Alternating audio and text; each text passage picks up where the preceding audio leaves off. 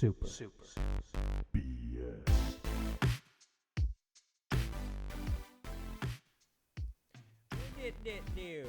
up, boys and girls, mommies and daddies?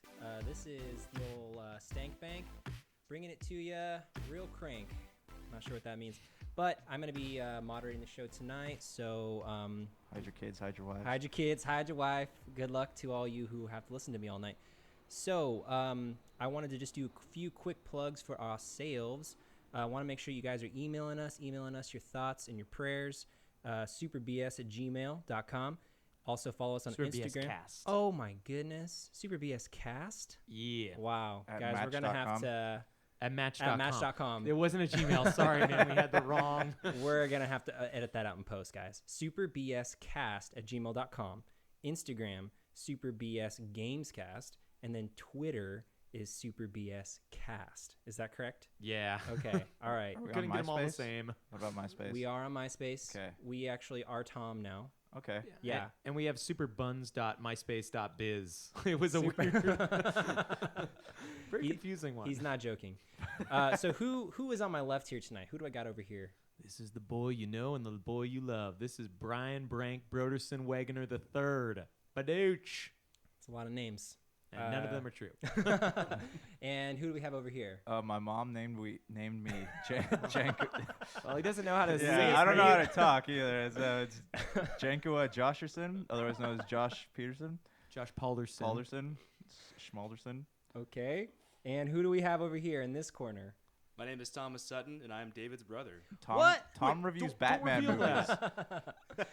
Yep. This is my brother. You are all being graced with our very first guest tonight, who is my middle brother. Actually, technically, second family guest. I don't But this is a know. first I one-time think he's guest. the first official guest. Yeah, I like that. Oomph. Thanks Anyways. for having me.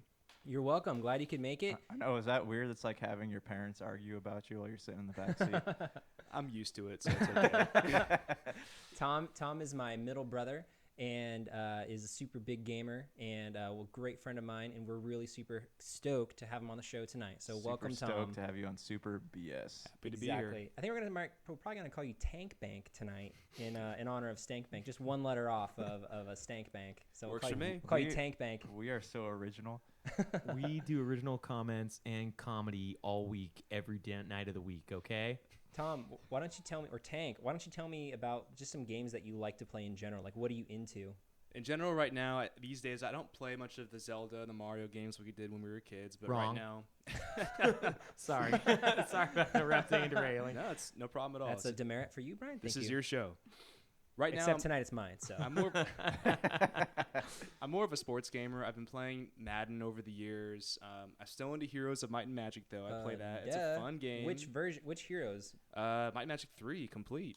Duh. Okay. Easiest one. I didn't want to ask, but I just had to make sure. Oh, totally. I mean, Heroes 4 was cool, but I think Heroes 3 is definitely the best. What other kind of games do you play? Anything else? That's about it right now. Just Madden Heroes, and then I definitely get nostalgic. Might play Mega Man if the Super Nintendo's out. Nice. Or Raspberry Pi is out. But Raspberry Pi. yeah. I'm a but Pieman. that- So what are you playing right now? What games do you working with now? right now it's Madden 17. Waiting for Madden 18 to come out. Nice. The GOAT edition is looming right now. Nice. But right now Madden 17, it's probably where our only game I'm playing. And Heroes Might and Magic 3 on the iPad, which is now Oh available yeah, in the the App iPad Store. port. Have you And- guys played that yet? It's not great. Yeah, I played it. It's It's- nice. Yeah, Gets the it's job nice done to if you be have the like itch. portable, but yeah, it's not the best. You can't do No. a lot of custom games, which is the biggest problem I had. Like, I want to play an 8-match game with like any map, but you have one map option, one thing. It's free for all. You can't do teams, so it's just really frustrating that they took out the basics. Like, Yeah, the map generator is what made that game, like what really improved or created replayability in that game. Without it, it's kind of tough. When companies make mobile games, do they make them themselves or do they contract to somebody else? it depends. Well, that one was contracted out. Okay. Yeah. Yeah, I think Usually- Ubisoft didn't it? It's like 3DO, but now Ubisoft is doing the iPad. There you Ubisoft go. actually owns Heroes of Might and Magic now. Oh, they do? Yeah, Oh, so Heroes really? of Might and Magic 7 is a Ubisoft game. But Interesting. Gotcha. Okay. But yeah, I don't know if Ubisoft, they probably have their name on it, but my guess is they ported out some third-party company that gets paid, whatever, to do these things. Like, that's how many games get made. There's like a company named Iron Galaxy that makes tons of ports, and that's how they make like their living, is just porting other people's games. Interesting. It's a weird industry when that's what you do. Speaking of what you do, Brian. What are you playing this week? What I be playing? Actually, I've been a one-man, one-game machine recently. I've been keeping it lawful with my lawfully wedded Undertale. There you my go. love. Monogamous gaming relationships. That's what we're all about here. I do not do the unlawful marriage thing, okay? That's so cool. I'm not an adulterer or a cuckold. Preaching to the choir, my stay man. with that Undertale. Amen. You know what cuckold is? Yeah, and I'm not cuckolded, okay, by other games. That's a relief. I got it on Tuesday. It finally was released for PS4 and Vita. It was a PC game from January of 2016. It's really great. It's got like an 8-bit, 16-bit style of artwork. It was made by a guy named Toby Fox in an engine called Game Maker, which doesn't require any computer programming skills. So he couldn't port it to anything. People have been asking it for years. So finally, like, another company offered to do the porting. Another company who, they're actually from Japan. They do another really great podcast called 8-4 Play. And they did an excellent job. One thing that I'm super happy about finally get a chance to play this is the music is fantastic. Like, I haven't felt so like compelled to go buy a soundtrack in years, but I think by the time I'm done with this one, I'm going to go out and get it. I real quick want to go over the game, though, just so in case anyone who hasn't heard about it knows. It's a RPG kind of set in the JRPG mold, but instead of like a normal just attack, fight system, you're like a kid who got dropped into a monster world, and you have the ability to never kill or fight any monster in the whole game. Are you playing that way? I am trying. So, real quick, the reason why I love the Switch is that it's one copy of the game, and I don't need to play it differently. PS4 Vita doesn't have cross-compatibility for the saves, so I'm playing on PS4 where I'm not killing anyone. I'm playing on Vita where I'm killing everyone. So, and there is like something to be said. Like if you do them both, you actually get like a trophy. And the game's only trophies, man. Love trophies. That's why I play games. That's why I do it. That's what I'm here for, my bros. But yeah, the game's only like 3 hours, so I'll probably try to do cool. both. But I want to give you guys just like an example of the comedy in this game. So you're walking around, like I finally passed like the first area, which is probably 30, 40 minutes into the game. And I come across a bad guy called Lesser Dog. It's a dog and like a plate mail. And you can, choose to fight or you can do act. And one of your act moves is to pet the dog. And if you do pet, then the dog gets really excited. And so the way the combat works is you have like a heart. That's what represents you on this grid. And then it's a bullet hell. So when they attack, they drop down all of these different attacks. And depending on how much they like you, you'll have more or less of theirs. Cool. It's really, really involved. Like I'm still kind of it's just amazing. So after you pet the lesser dog, then you can spare his life. But it's like there are so many jokes. I've just been like, I rarely laugh at games, but it's great. But I don't want to hog the show. Oh, well, actually, the show is actually about Undertale. Like that's all I have on my notes. That here. was the podcast. episode is Undertale. Yeah. We the talk Super Brian Gamescast. I was hoping that we could actually just watch you play a whole episode. Please. Or Well, a guys- playthrough, 3 hours. Is this available on the virtual console? Oh, of course. Yeah. And guys, I want to let you know you can do that. I brought my PS Vita here today, so we can Thank just you. watch me I play don't Undertale. doubt that at all. And- Hashtag Undertale. Hashtag. Now, it's a great game, but it is a year and 9 months old, so I can stop talking about it. So Jenk, before we get another Undertale tangent, what are you playing, brother? What am I playing? So on Sunday, I was over at someone's house for like a barbecue, and Weird, dude. Yeah, seriously. And they on Steam they had brought out this game called Gang Beast. Have you guys heard of it? Heard of it? It is the like weirdest, funnest game in the I've ever played, because the whole objective, you're these little clay guys like Gumby or something, and you're swinging your fists and kicking. You're trying to hit people off of this map, but when you hit people, they get stuck to you. So like you're trying to knock someone off without them but they can just as easily grab you and fling you off the map. Oh, sweet. It's like a battle royale? It's like a battle royale. That's the whole thing. And they have like 6 different maps that you go on, and each one has like obstacles, and the environments are destructible. Oh, Or you can cool. pick up things and you can throw them at people, but they get stuck to them too. So it's a pretty fun game. It's weird, but it's a lot of fun. And I have a feeling though, like it's kind of like Fusion Frenzy, how you could probably play it for a couple hours and get tired of it. But the novelty of it was pretty cool. And And you play as Pokey, right, the whole time? oh yeah, for sure. We're in the What block. are the what are the blockheads. characters like though? They're just clay people with arms and legs. Like there's not really any distinction between them. They're just different colors. Oh, weird. Like if you made like a man out of Play-Doh or something, that's just what they would look like. And I finished Hellblade. Oh, nice. And I know, can I talk about this? Are you guys Don't gonna play it? spoil the ending, please, like our text thread. I really, It's I really 1 week want to old. talk about this. You can talk about the game. All right. I Please really don't wanna spoil talk the about ending this. for a Josh, 1 week old It's game. hard to not spoil the ending and go into detail about it. So Josh, you can talk about the game for as long as Brian talked about Undertale to Okay. the second, All right, deal. but you can't talk about the ending at all. So you can talk about the mechanics. It's You can talk hard- about the score. You can talk about the Jeez, teeth You're of really the limiting main character. me here. You're dogs. really The, limiting me. the dogs and male. That's it. Yeah, everyone's like, I looked on those boards and everyone's talking about how like she looks like she has autism. This is because she's actually retarded. Like that's the point of the game. Like she has a mental illness. Like she has psychosis. Thank you Did you- for spoiling the ending. You and already offending knew. people. We did know Already that. We knew. already talked about that. So she has. I had to go on Google to find out exactly what she had though. But she has psychosis and schizophrenia. Did you clear that up on the forums? Did you make sure that those boys knew Oh, I what did. was going on? I did. Yeah. Oh, that's good. You're Yeah, the for white sure. knight, Yeah, Josh. I'm the white knight. You're the white knight that we need, but not the white knight we always want. So you can take that to the bank. And then he Good, went on good. every thread saying the ending to Sixth Sense too while he was at it, just ruining things for people. Spoiler He's- alert. He's dead. Ruining a 15-year-old movie. Sorry. I know. And 15 years All right, long. but to make. anyways, hey, let me get back Usual to suspects. talking about Yes. Undertale. Oh, yeah. Undertale. All right, You didn't even Josh. play it. All right. Tell us like two cool things about the Okay, game. two cool that things do not about have the to do with game. the mental illness or the ending. All right. Geez, I can't tell you two cool things without spoiling What did you like the about the ending. game? I like that it had a lot of puzzles and they weren't like overly difficult to solve. So like you could Brian, you probably like that. I like that. because I know there's a lot of times like on Uncharted or God of War, like there's stuff that I actually had to Google to find out how to finish. But with these ones, like there's not that many things on the map, so you can kind of put all the details together in your head. Sorry about being a dick. Uncharted, you had to Google like a puzzle solution. Brian, did you finish Uncharted? I could have. Okay. Wait, All right. I want to ask him a question. You've been talking about Sonic Mania nonstop, that you're excited for it. It came out on Tuesday. Did you play it? No. What is your problem, man? Every time we talk about, oh, that's a game I'm interested in. My Switch, I told you this, my Joy-Con controllers don't work, so I gotta send them back to Nintendo. That's not an excuse. You buy a Pro controller, then you buy the game. Yeah, Okay. yeah, sounds good. Let me just go out and spend $70. All right. Well, I'm going to talk about what games I'm playing. Okay, wait, Dave, what have you been playing, yeah. man? All right, that's your one. That's your one, Josh. That's your one thing. That's that you your get. one. No Reggie jokes now. You're on. Wait, you're on Brian. thin ice. If Brian gets 13, don't I get?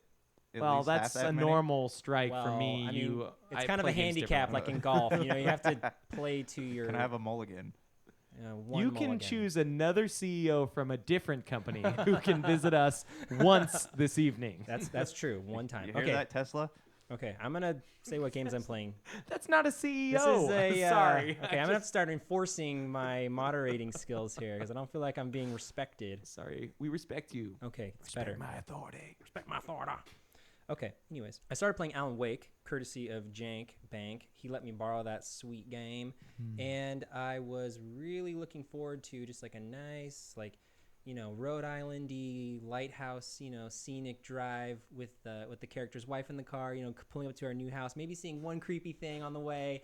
But it wasn't like that at all. It was basically sticking your head in a toilet and flushing from the moment you turn the game on. Is that frightening? Yeah, it was that frightening. It's never happened to me personally, but What are you talking about, man? There's all those scenes with those kids, and they're just Yeah, hanging the out and balloons. playing, Yeah. and it's fun. yeah, it was fun. It was terrifying. And what I noticed about the game is that the nightmare physics were so real. Like the way that the villain with the axe basically teleports to you after speaking to you from 100 yards away was so cool. And I basically had to turn it off because I was scaring myself. So What did you think of like the combat, like the shooting and stuff, and the flashlights and? So I thought the controls were a little jank banky, if you know what I mean. But that's because the game's a little old, and I'm actually not very good at console games, just period. Because I'm mostly a PC Master Race boy. So playing Did you hear that? That was weird. Yeah, what was that? Playing wasn't Brian. Playing games on the console is just hard in general. So once I play a little bit more, I'll have a more like thorough analysis on that for you. Also playing Diablo 3, playing some more Pi with the boy. And then, me and Tom actually played quite a bit of Diablo Trey the other night. We played some co-op. Whoa. Yeah, Sure did. It was super fun. I've never played co-op before on Diablo 3, especially like couch co-op. So fun. It's reminiscent of the good old days. That's the best way to play games that allow couch co-op is if you can get the people there to do it. Who are you playing as? Hopefully not Crusader, man.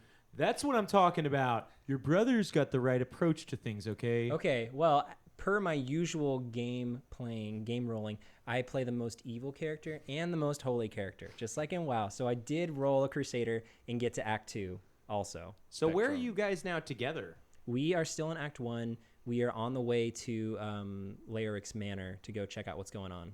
Do you like playing as the Crusader more or the Necromancer? Necromancer, way more. That's more fun? Yeah, the Necromancer does way more damage than the Crusader. The Crusader is awesome, but his strengths really lie in being a tank bank, and which is why Tom played him. And he does do a lot of damage and has some pretty sweet effects and graphics and things, but just nothing compares to the Necromancer's damage. I also rolled a wizard. I was playing, sorcerer. I forget what it's called. Wizard or... Are you talking about the Witch Doctor, or is there no, another? No, not the Witch Doctor. There's like a pure mage character. Witch Hunter, Witch Demon Doctor, Hunter, Witch Doctor, and then there's like a wizard. Gandalf. Okay. Dumblestein. Radagast. Radagast, 420 the Brown. 420 the Brown. Anyways, I was rolling the mage character with Tom, and I wasn't impressed. We didn't get super far. I think we got like level 6 or 7, so you didn't get a whole lot of spells, but most of the early spells on the wizard are just like buffs and cooldown reductions and mana cost reductions of that. So I thought it was pretty boring. Can you cast on the people you're playing with? No, there's no like friendly. What's it called? Friendly fire. Friendly fire? No, but there's like buffs and heals and things like that allow you to interact. So you can heal like Tom. You can heal. Okay. Yeah, you can play a more support character, and the cool thing about Diablo is it's super easy to change your spells and your skills and runes and everything. So depending on who you're playing with and what type of character and things like that, you can all kind of jumble them around, which is pretty sweet. Nice. Before we leave you, real quick, did you get a chance to play any more Ori? I didn't play any more Ori this week. Oh, Why? I want to see what you think of the ending, and you're pretty close. No, I want to keep playing that game. I'm actually in a rut where I'm kind of like just backtracking and looking for old power-ups and things like that, and I'm not exactly sure where to go next. Yeah, it's the ending has like a little bit of time where you have to kind of figure that stuff out, but you're probably pretty close. Did you do the second dungeon yet, or second like cave? No, is it similar to the Ginsu tree thing? There's 3 of those. Yeah, I didn't do the second one yet. I'm just kind of dinking around now. We'll leave you at that, and then we'll talk more about that when you get further.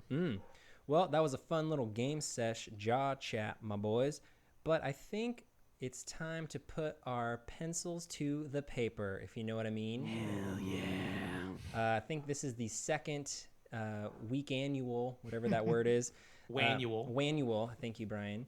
Wannual quiz. And I do believe Jankbank is heading that up for us tonight. Oh, yeah, I do.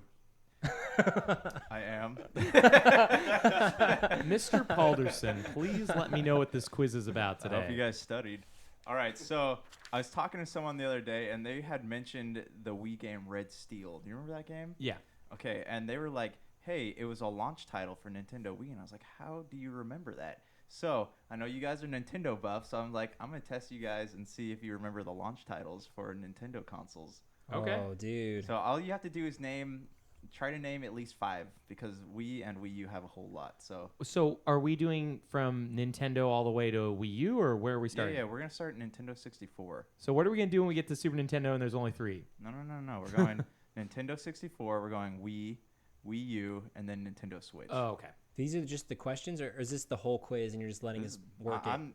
So you can think ahead of time, you know? Okay. All right? Mm-hmm. All right, so we're going to start with Nintendo 64. Name me those launch titles. You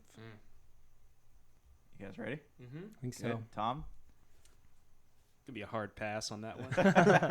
Well, You still got to guess, my All bro. right. Why don't we start with Tom? Okay, let's start with Tom. Tom, what do you got, man? Just throw it out there. If they happen to be members of the Beatles, that's fine too. John Lennon. John Lennon. Jonathan Lennon. This guy to gets you? all the points. I'm sorry, guys. I cannot award you any points. And we were all dumber after hearing your whatever that thing That's is. quite from. all right. Billy Madison. All right, Yeah. what do you got written down, Tom? Honestly, I don't even remember what launch titles were. I have been so far out of the game Nintendo Games for a long that time. come out with the console. N64? Yeah. Is that what you meant? Yeah. So obviously Nintendo 64 came out, but what games came out with them? So Super Mario World 64, Legend of Zelda, Ocarina of Time, Majora's Mask. No. So No, we're gonna have to. We'll stop you there. That's okay. It's a good college try. That's what the we like to hear. 64, 64. Okay. Mario 64. We'll Dave, stop you there. What do you got, Dave? Okay, so Blast Corps, Pilot Wings. Okay, Pilot Wings. Don't tell him because you gotta wait till I get to go too. All right, go for it. Let's Tell see. me. No, I'm just kidding. Super Mario 64, 'Kay. Shadows of the Empire. Don't tell him yet. Just keep Keep going. Brian doesn't That's all want I me to got. tell you. That's all I got. Okay. Okay. So I got it. It's Super Mario 64, Pilot Wings, and I think Wave Race.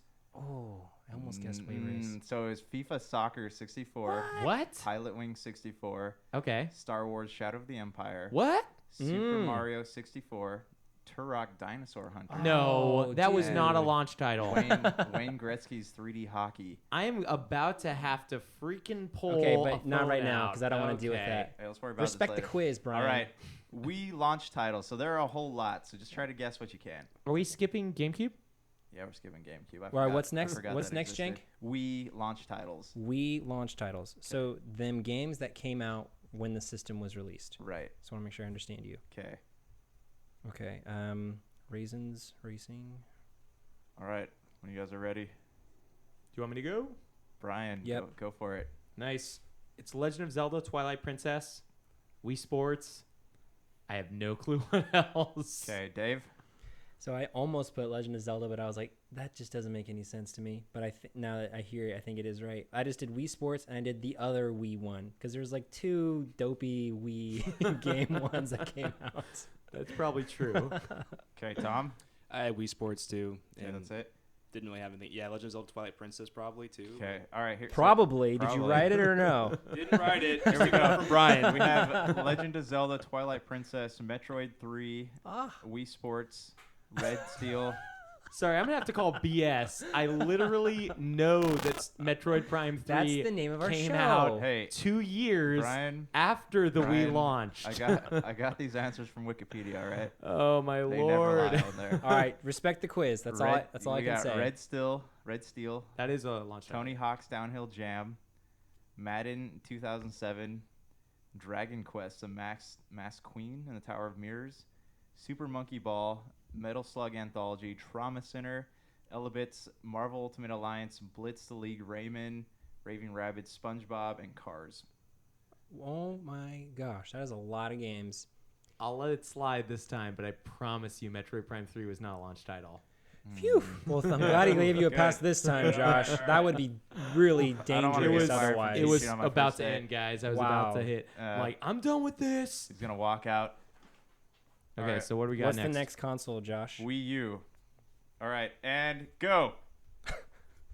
You boys ready? You ready? You got I it? think so, yeah. All right, I'm pretty sure a lot of these answers on this list aren't true, but we have Amazing Spider-Man. Wait. You're not going to let us guess? Oh, sorry. Guys, tell me your answers. All right, I'll go first this time. Okay. This is like a side-scroller Mario Bros. Game. Yep. Okay. Yep. Tropic Freeze? No. And then there's also like the Me Arcade Academy weird thing. Yeah, I something like forgot that one. I don't know what it's called, but It's called, that's the best. It's with It's like really Mario fun. Tag and Yeah. all those games. it has a Um, good The game. mini games. Yeah, there's a Pikmin game. We're going to have to get the name from him. I can't remember it. What did you get, Brink? I have Mass Effect 3, New Super Oh, Mario Bros. yeah. U, Batman Arkham City, Assassin's Creed 3. I can't remember what else, but it was a ton of ports from games that were really old and they got for the Wii U. What do you do? You have anything, Tom? Tom? The Mario mini game thing we talked about before, and then I'm guessing Smash Bros. Brawl. Okay. No, not Smash Bros. Okay, ready? Here we go. Yeah. We got Amazing Spider-Man, Marvel Avengers, Assassin's Creed 3, Batman Arkham City, Ben 10, Call of Duty Black Ops 2, Darksiders 2, Epic Mickey 2, FIFA Soccer 13, Funky Barn, Just Dance, Little Inferno. Funky Barn, Just Dance. Are those two different titles, Those or are is two that the different- same? Those are two different games. Oh wow. I wish that was one. Mass Funky Effect Barn. 3, Mighty Switch Force, Nano Assault Neo, NBA 2K13, New Super Mario Brothers, Ninja Gaiden 3, Nintendo Land. I think that was what you guys were talking Nintendo about. Land. Yeah, that's it. Rabbids Land, Scribblenauts Unlimited, Sing Party, Skylanders, Sonic and All Stars Racing, Tank, Tekken Tag Tournament 2, Trine 2, Warriors Orochi, Wipeout 3, Your Shape, Fitness Evolved, and Zombie U. That is an insane launch for. Is that true? Do you think that many games actually came out? It was so I know it was 13 games. I don't know how many you just read, but it was about 13 retail. It's like 13,000. 13 retail games and about 5 or 6 eShop titles came out when it first launched. But yeah, that's crazy to think that the worst selling Nintendo console also had the biggest launch. Yeah. That is pretty funny and I mean, sad. besides Mostly Virtual sad. Boy. Yeah, besides. I really like the Wii U. Yeah. Well, at least the games that I played on it. I never played it. Tropic Freeze is one of my top 10 games of all time, though. That game is amazing. Tropic Freeze. And then that game, whatever, Nintendo Land, that's a really fun party game. Yeah, that game is. I wish that was one of the games they were porting to Switch because that was one of the few games I'm like, I don't want to sell this. I really enjoy playing it. Yeah, I thought so too. Okay, you guys ready for the last one? Oh, Sure. yeah. All right, this one should be pretty easy. It just came out. Nintendo Switch. Ready. Tom, pick up your pencil. All right, I'm going to have to call your parents. Please don't. They're just a stone's throw away. Yeah, literally. They're in the garage with us. They're here. They're making sure we don't cuss on the air.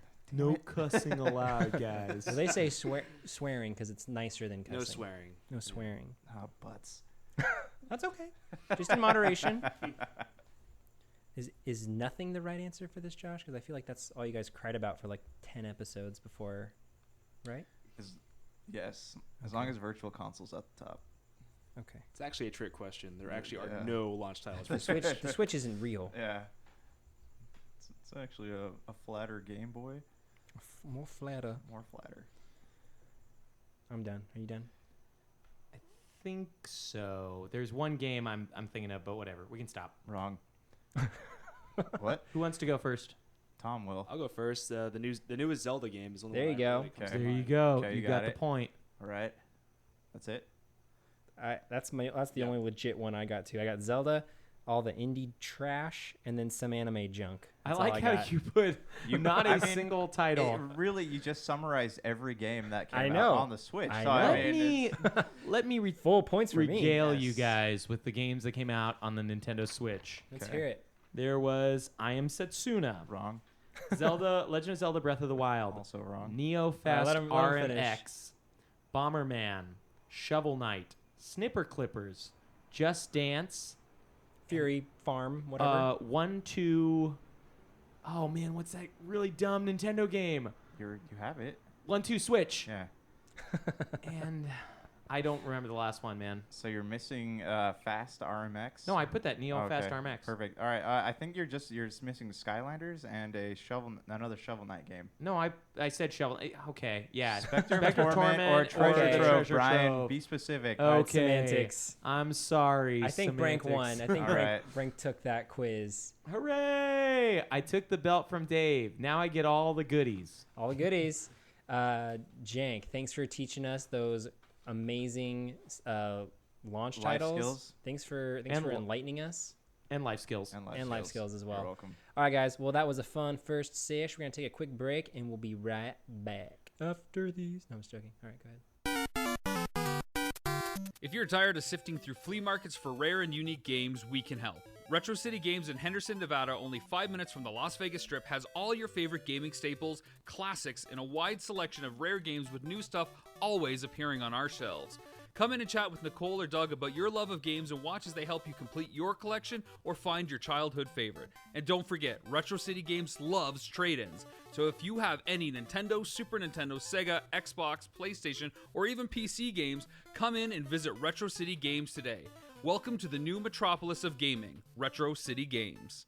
And we're back. This is Stank Bank bringing it back to y'all. We had a nice break, took a quick nap, had some energy drinks, our 5-hour proud sponsor. I do 6 hour only. Oh, 6-hour energy, man? Wow. Just made it right now. Had to one-up me, huh?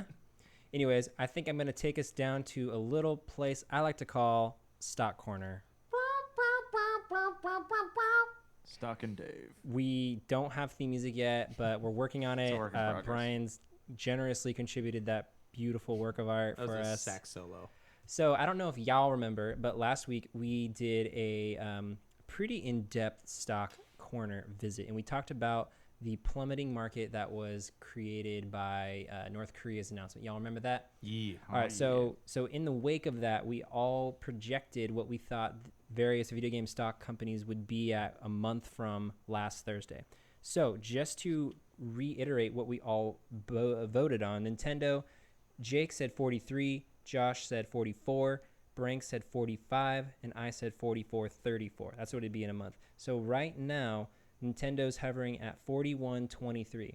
So they've already recuperated almost $1 worth of loss from last Thursday. So things are kind of bouncing back from the North Korea stuff.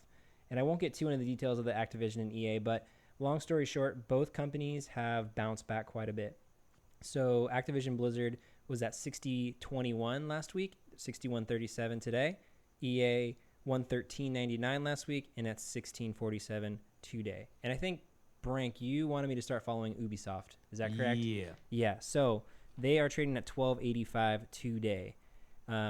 So Are they just like way lower than every single other group there that you just mentioned? So it's interesting because stocks are at different prices, right? Like we just kind of went through it, and Nintendo's 40, Activision 60, blah, blah, blah.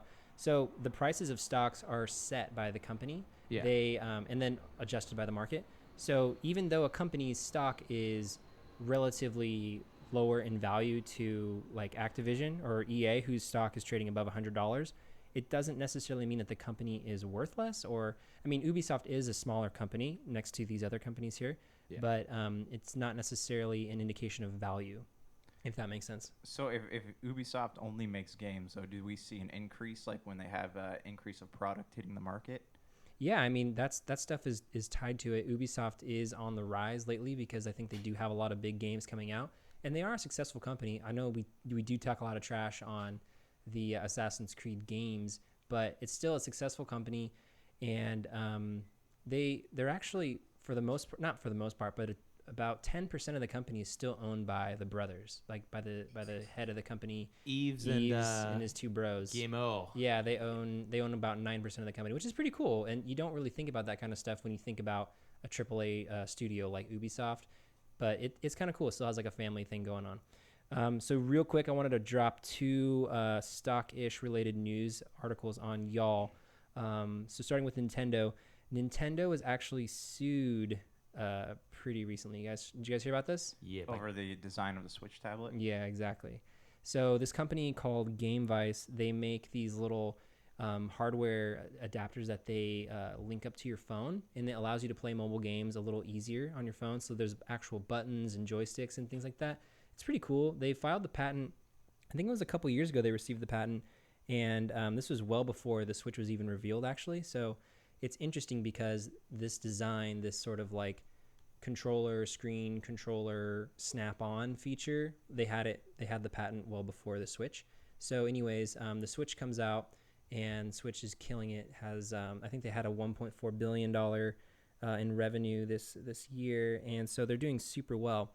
Anyways, this company sues them for patent infringement. So I mean, we'll see what happens with it. Do you guys think that they have a case? How do you prove it? How do you prove who's right and who's wrong? That's a super complicated question, and that's where patent lawyers make millions and billions of dollars every year.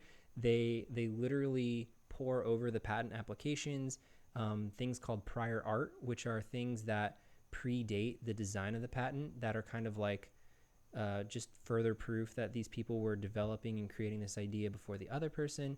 And it's about kind of the first to file, whoever filed the patent first, things like that. So there's a lot to it, and it's super technical, and I'm not a patent attorney, so I can't speak to it any further than that. But essentially, it comes down to all these various processes and arguments and things like that. One of the cool challenges about patent art is obviously it's super complicated, but having attorneys explain it to a jury occasionally. So basically trying to create or dumb down this super complicated thing to something that you and me can understand just in a jury setting. So it's kind of cool. Anyways, can you change and become a patent attorney, please? You can. I'm not going to do that. You have to take a separate bar to become a patent attorney, and you can only sit for it if you have either a technical undergraduate degree or you've worked for like 200 hours as an engineer or something like that. So you need to know how to be a lawyer and open a laptop. What do you Exactly. Think, what do you think the validity of this lawsuit is, though? Because Nintendo was working towards this idea with the Wii U. That was pretty much that came out in 2012, which you said they've owned the patent for 10 years already. 2 years. Sorry. 2 years. They've owned the patent for only 2 years.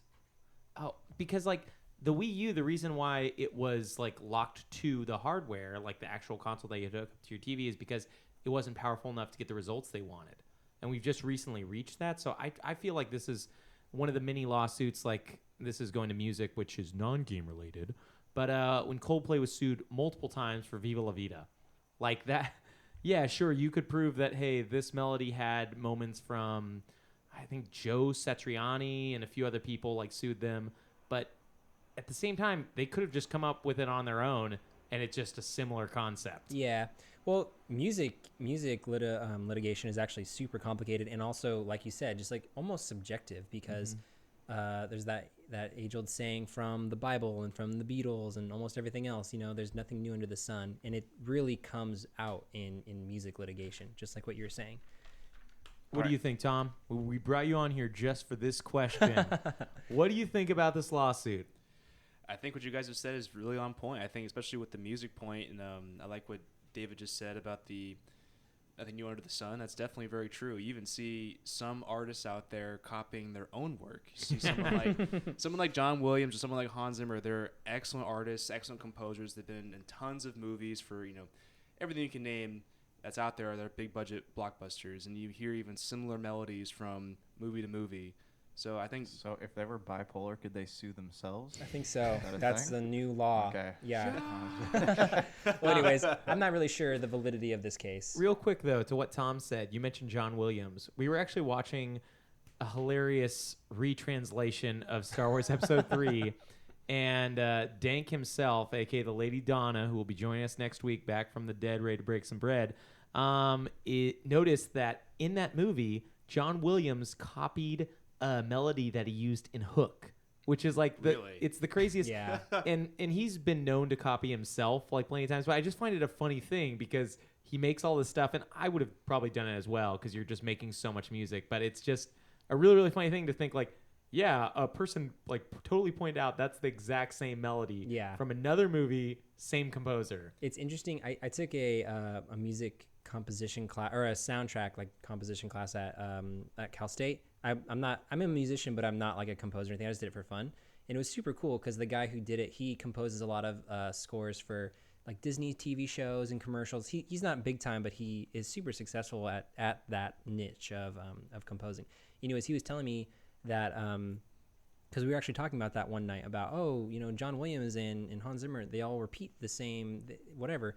And he's like, yeah, that's because good composers have a bag of tricks. They're so busy and they have to write so many little cues and whatever. They just kind of like know the feeling that they want to write, and they have in their mind like, oh, this key is this feeling and these instruments. So they just kind of like, it's like a formula for them. And then every once in a while it kind of repeats, or there's, bleed over. For Hans Zimmer, it's funny you mentioned that. Hans Zimmer actually has like a team of people who work for him. Yeah. That are non-credited musicians that he pays Starving to write kids.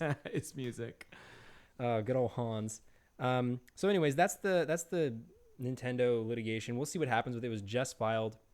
Nintendo hasn't even responded to the complaint yet. We'll see what happens. A lot of the case is resting on the timing of the patent, and then the timing of when Nintendo started working on this, and then also the bridge concept, which is really what the case is hanging on. There's this bridge component to their patent application, and it's what connects the two controllers. And they're trying to say that the phone or the tablet or whatever is that bridges the two handheld devices is being infringed upon by the Switch's like center console piece. Which is crazy to me because I don't think Game Vice actually made two separate controllers, which the Switch uses. It's true. I think It they should be made a patent It's lawyer. like a dock. they made a single like controller that could rip on and off, but not a double like left and right separate controller. Well, that's an interesting point. I don't know enough about that controller to look at it, but that would be an interesting distinction. Real quick though, so say I know you're not a patent lawyer and you just said that, but Wait, are you a patent? I am now. I am actually. Okay. Hey, Dave took the online course. So if That's a DeVry. if Nintendo loses, how does that work? Do they have to redesign their Switch controller, or do they have to pay royalties to the Game Vice? It just depends on what Game Vice asks for, what they plead for, and then what the judge decides, or what they settle for. So there's a lot of different outcomes that could happen. I think those are both very likely outcomes if this case isn't thrown out. There are several instances during a patent litigation lifespan where the case could be thrown out. There's this hearing where the judge looks at, like, okay, this is what everyone's got. Do we have enough material here to take this to court? No, throws it out. So we'll see what happens. I've heard that they're trying to get the Switch taken out of stores, which is already done now. I mean, that's just like an initial complaint tactic. You ask for the world and hopefully you get a city, or hopefully you get a town, Or like a lifetime with Splatoon 2. I mean, they're getting their dream. Nintendo Switch is selling out of all the stores, man. Yeah. It's not even on the store shelves. That's true. Yeah, actually, maybe that's why they ask, because they will get it. You were mentioning Ubisoft, though, and they had low stocks, and low valued stocks. Low valued stocks, and you mentioned, though, that they had something happen. It's actually a little bit old, but you were mentioning something really cool to me earlier. Yeah, I was. Not cool, I guess. I was just getting there. So don't rush them, Brian. Do you guys know what a hostile takeover is? I feel like I'm in one right now. I always hostile take over. That's when everything. a company buys high percentages of your stocks, right? And they try to push you out. Yeah. So when you're a publicly traded company, obviously your stock is out there in the open for people to buy. And so certain times companies will make a play for your stock, and they'll buy 10, 15, 25% at a time, which usually is an inclination that they want to take your company over. And this will happen if the other company isn't agreeable to being acquired. So in the case of Ubisoft, there's a company called Vivendi. Are you guys familiar with Vivendi? Yeah. So Vivendi used to own Activision and Blizzard. And just a couple years ago, I think it was 2013 or so. Yeah, a few years ago, they accepted a buyout from Activision Blizzard for almost $6 billion. So Vivendi no longer owns Activision, but Vivendi is a French conglomerate company, and they're very into investing in video games.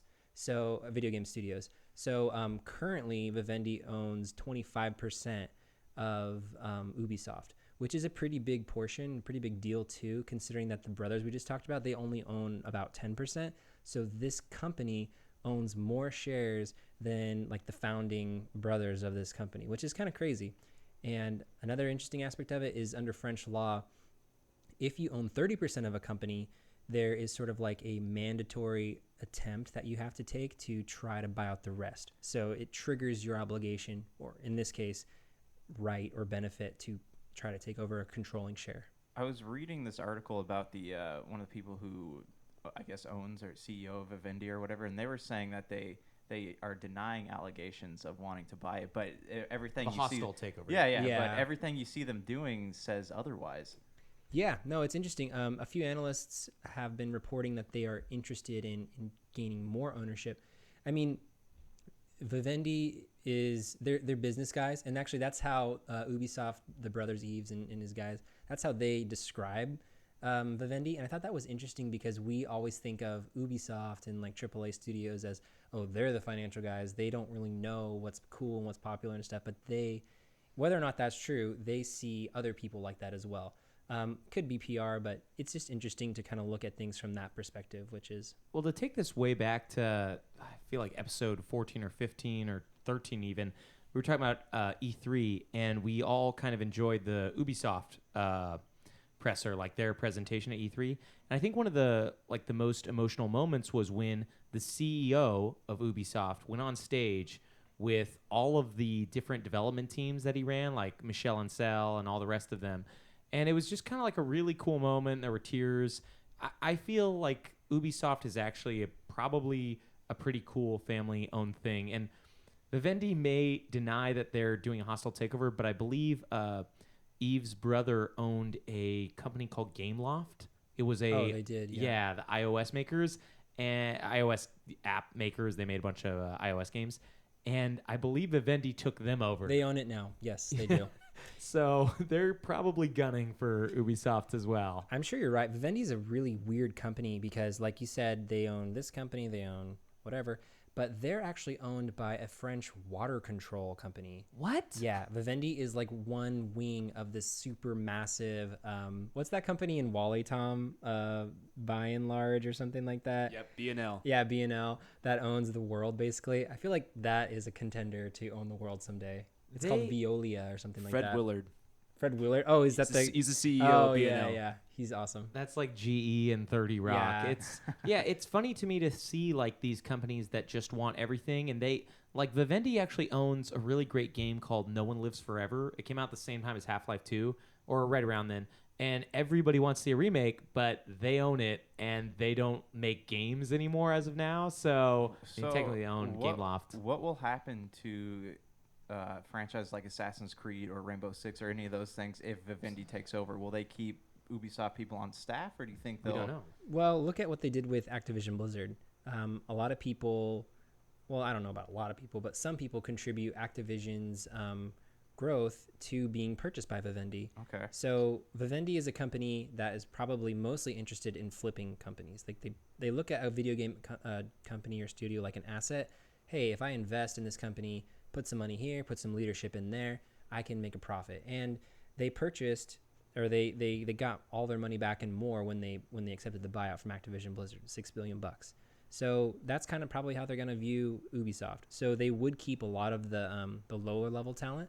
They'd probably ice the leadership, save for a few people, and just run the company cheaper. That's what they would do.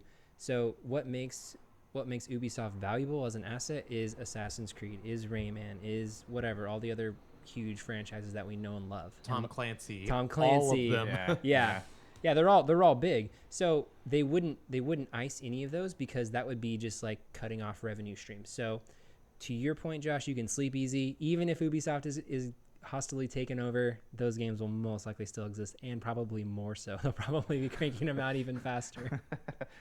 All right. Anyways, though, I've been talking for way too long. This was pretty rad. Who's got some news stories for us? Brank, do you have a news story for our tushes? Yeah, so it was recently revealed that Eve Valkyrie, one of the first VR games for, I believe, Oculus Rift, but definitely the first one for PSVR, announced that their next expansion is dropping the requirement to have VR to use it. And I find this interesting in conjunction with that Oculus Rift also started dropping their price for the Rift headset. It was originally $600 for the headset and $200 for the touch controllers. They were experiencing some financial problems, weren't they? Yeah, but they're owned by Facebook, so they can't really have that many financial problems. But their whole get up, their headset and their two touch controllers is now MSRPing at $400. What was it originally? $800 for both of them. Dang. So it dropped 50% in, I want to say, a year and a half. Have you ever played a VR game on Oculus Rift? It's so inconvenient. Yeah, so I haven't. I know that a big problem that everyone has is the cords, the cables. Yeah. Like they don't want to You're walk around swimming it. in wires. And it sounds like a really cool idea. It sounds like a cool thing for some place to own that you can visit and use. But as a consumer product, it just seems like it's not catching on. And from the beginning of this podcast, we've talked about our love of VR products. Yeah. And I just find it funny that this is happening where games that are made for VR are now dropping the requirement of VR, which is... That's huge. And what are those games going to do? What does that mean, though?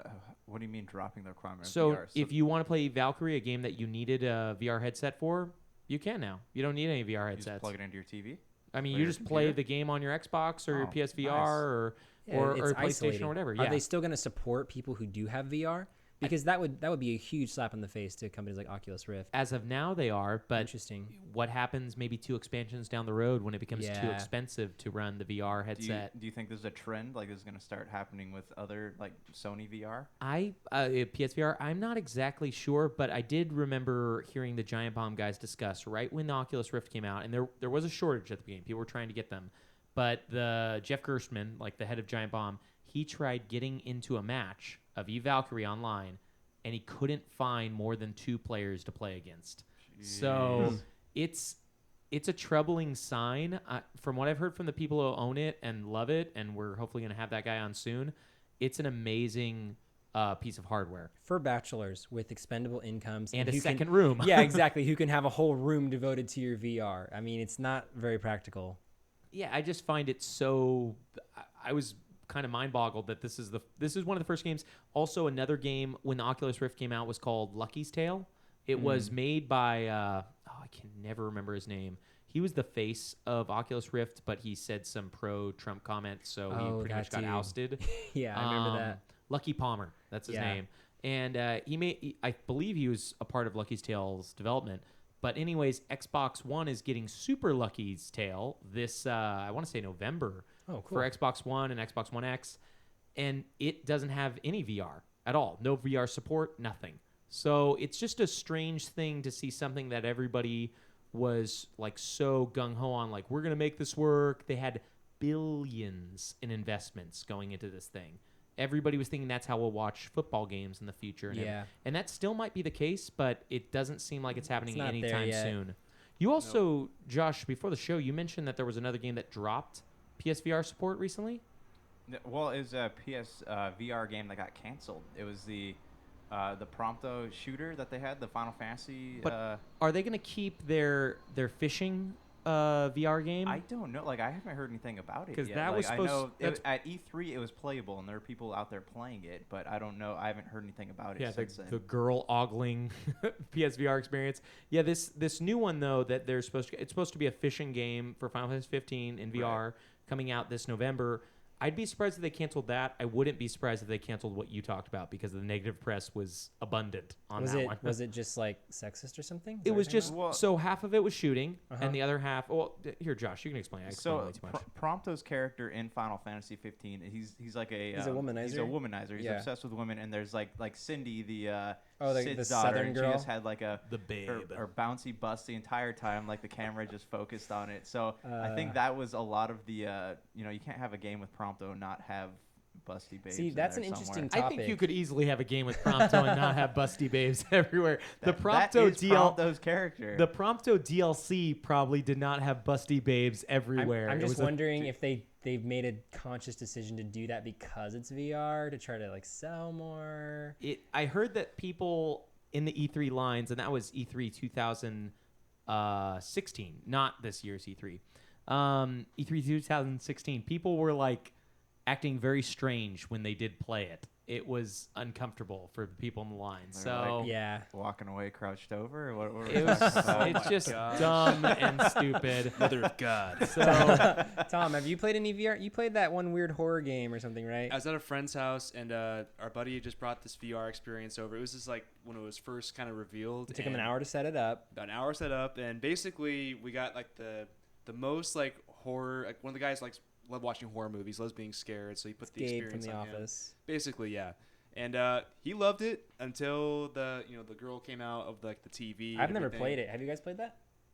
It's a pretty. What is it? Okay. It's a one of those like horror games when you first like part of the VR experience, and they Okay. kind of added on. It's like part of like the launch that they brought on.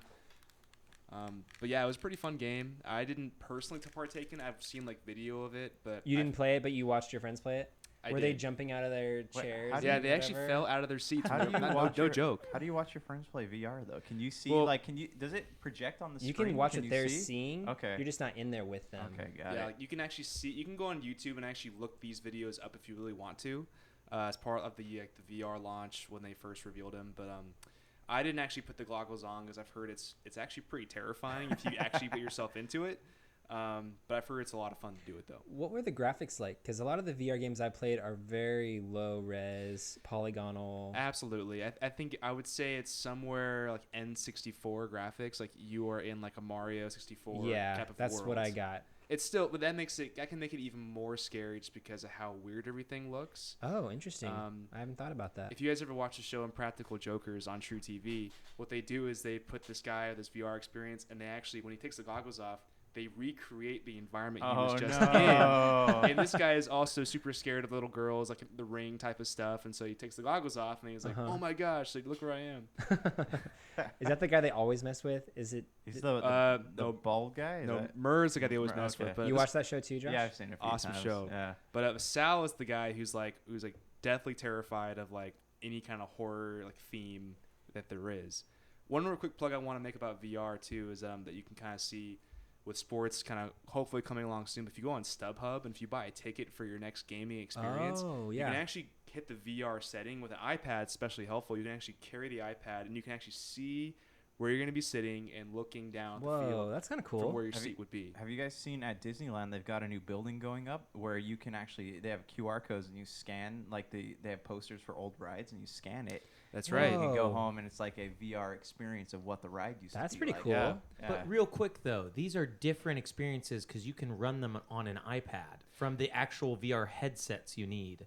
So these are things that you can do on like a, I want to call them Gear VR. They're like a $20 Yeah, like box. the ones Was that it strap the- onto your phone yeah, or Google whatever, but it's Glass still or whatever? VR. Yeah. Yeah, It that is- was it's a still great idea. That was a VR. prototype idea. But it's not Yeah. Oculus Rift. Yeah, I'm just saying like the big budget box VRs, the Mhm. ones that are costing $600 to $800. yeah, we changed the subject. Hopefully that's okay. It's all under the umbrella of VR, but I was just kind of making a plug for StubHub saying you can get a VR experience and kind of see what the future might hold Yeah. down the road. No, it's cool. I mean, like Brian was saying, the technology has dropped 50% and it hasn't even been out that long because it's like I don't know, but we're just not ready for it or what it is, but it's like inconvenient. I think it's way too expensive. Like the things that they mentioned and why I brought that up is these Gear VR things, you can buy those for $50, $100. Those things are going to last. The things that you're talking about where you can have a VR experience where you hold an iPad and look where you're going to sit, because that's a lot of people own an iPad. Are a lot of people going to want to pay for a $1,000 PC that can then pay for an $800 Oh headset? yeah, we didn't even talk about the fact that you have to have a legit gaming rig to run all this junk. Yeah, that's what I meant when I didn't mean like I don't want to change the subject. No, I just was mean just like giving you a hard time. they these things that they're talking about, they're really good, useful, innovative things that you can do with VR. That are cheap and are on things that you probably already own. Yeah, Yeah, it's a lot more accessible. but gaming VR just seems like if it is gonna take off, it's still a long ways away from doing that. totes. Absolutely. Yeah, they're gonna have to crack down 3 times on that stuff. Josh, am I right? Yeah. Oh, also, that was my segue. Oh. That was my segue into Okay, Josh. sorry, I was Tom- trying to. I was I looking love up. how you One more set him thing. up. Oh, Josh, sorry, we're gonna have to pause you on that. Okay. Tom, what's just that? a quick thing. They're adding a Star Wars VR experience at Downtown Disney. They're gonna so if you're gonna get your watch at Fossil over, Mhm. they're gonna Which I do every time I go. I get a they're new taking watch. it out in a New month, Of and they're course. gonna be breaking ground on a Star Wars VR experience. Just want to put it out there. Yes. For Do you what? know what like it Star is? Tours or is it Star Wars? It's like a Star Wars. I think it's like a continuing adventure experience, Oh. not derivative of the movies at all. It's kind of like a brand new thing that the guests can. They haven't put a whole lot of news about it out yet, but that's what I know so far in the That's teaser. cool. And I know this is very just geocentric for us, but do you know if it's taking the spot of House of Blues? In No, down there, actually, It's the a house, bowling alley the now. House of Blues is now it's called Splitsville. It actually was Splitsville in Orlando, and what they do is they basically build floors or stories upon stories because there's not much real estate over there. So there's a bowling alley across the street, and they're also moving House of Blues across the street over at Garden Walk. in Who Anaheim. likes bowling alleys? Does anyone Will bowl? there be live music at the bowling alleys? As far as I know, there'll be very, very good food, like including burgers and fries, your basic American Oh, food, rare right? cuisine. Rare cuisine, exactly. Rare. But they have it's a good dining experience, they say, and of course your 4-hour validation because they're really cracking down on the parking over there. Yeah, at Tom downtown actually Disney. works for this bowling alley. They I don't- do. I'm a physical therapist and I do bowling alley. They have Any injuries that happen in the lanes, I'm there. and by 4 hour, I think you mean 2 hour validation. Yeah, I Did think- they really cut it down? Well, it's actually it's 2 hours Free. but you Yeah. have to spend $20 on some kind of sit down restaurant place. So if you Yeah. want to order a sandwich, you have to spend $20 or more. Is that because people were parking there and going into Disneyland? absolutely? Yeah. So it Okay. used to be. I'm like, gonna cut this conversation short. Sorry, guys. That's okay. What? We love Disneyland. This is super Disney BS. Well, I know. I We're- thought this was we're- the Disney podcast, guys. Hey, we're You guys cracking called me. down on time wasting, right? Josh, This what is- a beautiful segue. I can't believe no one's thought of that. Super DS. Super DS. Jenkins Stank. What is what are you talking to us about? All right, so are you guys fans of the game Crackdown? Have you played the first or second I one? know it and I love it. All right. So in 2014, Wait, real quick. I want to say I played the first one. I didn't play the really crappy second one. So yeah, I continue. played the first one. That's probably my favorite. I didn't really care much about the second one. But in 2014 at E3, they announced Crackdown 3 is coming out. Okay, and originally it was slated to be released last fall, I want to say. I don't think they gave us a date when they first announced it 3 years ago. that was the prediction, and now they finally gave us a solid release date of this fall. Yeah, this and then now it's getting pushed back. So my question to you is, I've seen it. I've seen people play it. It was at E3. My question to you guys is, do you think that we're going to have another scale-bound situation where the game just becomes too much for them? Because they haven't specified when it's going to come out. They said spring. They said it's spring, but they haven't given us an official release date. And according to the guy, Polygon, the developers say they just want to make sure it's like the right quality game. But what do you think is it about this game that is making it so difficult for them to develop? Well, I've heard the game is really, really janky right now. There's 2 separate studios handling it. There's a multiplayer studio that's dealing with everything co-op and everything that's not single player, and there's a single player studio. I can't remember which one's dealing with which. But the biggest problem is everyone who played it said it just doesn't handle great. I don't remember if... I want to say that was on the multiplayer side. That's the server side one. And that's why people play it, though, for like the multiplayer and the co-op yeah, and but that's stuff like that. They want to give it time. Okay. Here's the thing. Microsoft is a huge corporation. We all know that. I think Bill Gates is supposed to be the first trillionaire on Earth. They probably don't want to put much more money into something like an Xbox if it's not going to make the money. So I don't think they're going to drop this game that they probably already dumped $50 to $150 million into at the last 3 quarters. Do you think, though, that it has anything to do with the Xbox One and wanting to meet those specs of that console? You mean the Xbox One X? Xbox One X, yeah. I mean, that's anybody's guess. I think it's because everybody said that the game wasn't handling well. Like, all the previewers said, hey, feels a little rushed.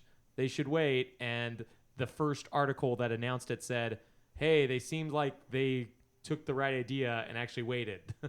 I think it's good that a game is being pushed back. Obviously, if it's being pushed back inevitably and ultimately dropped, I mean, that's too bad. But I like it when games take a little longer.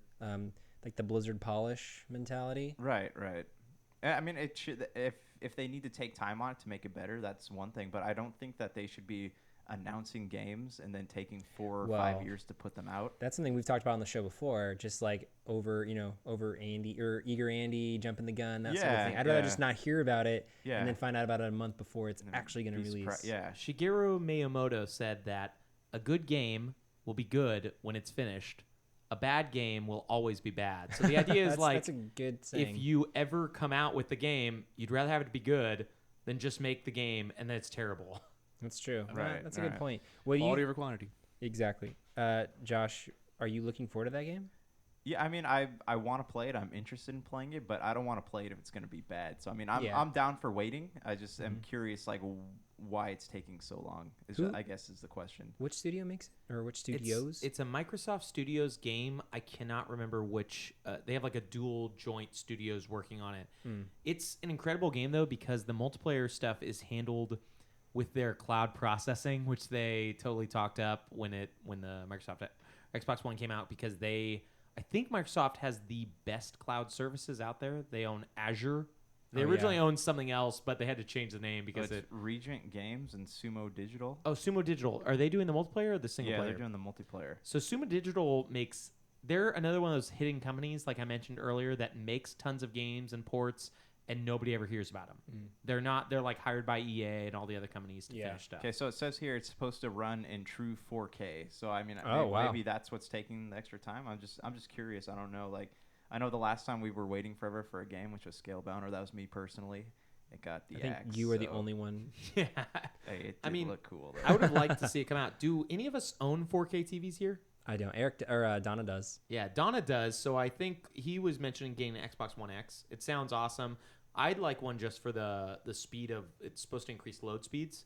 The TV itself. The Xbox One X. But otherwise, I don't know. I'm not very interested in the Xbox One X qualities beyond like load speed increase. Yeah, the load speed would be nice, but how much is that console going? It's $500. Oh my so God. I'm not going to pay for it. It's ridiculous.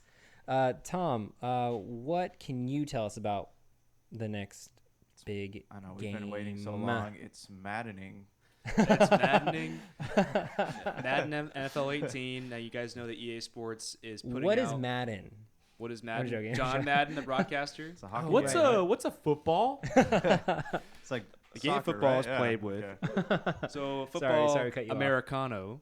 Yes. Basically, Madden NFL 18. You know, EA Sports puts out a yearly copy of Madden each year, and I know it can Cash cow. It can be an eye roller because it's like the Call of Duty coming out every Veterans Day.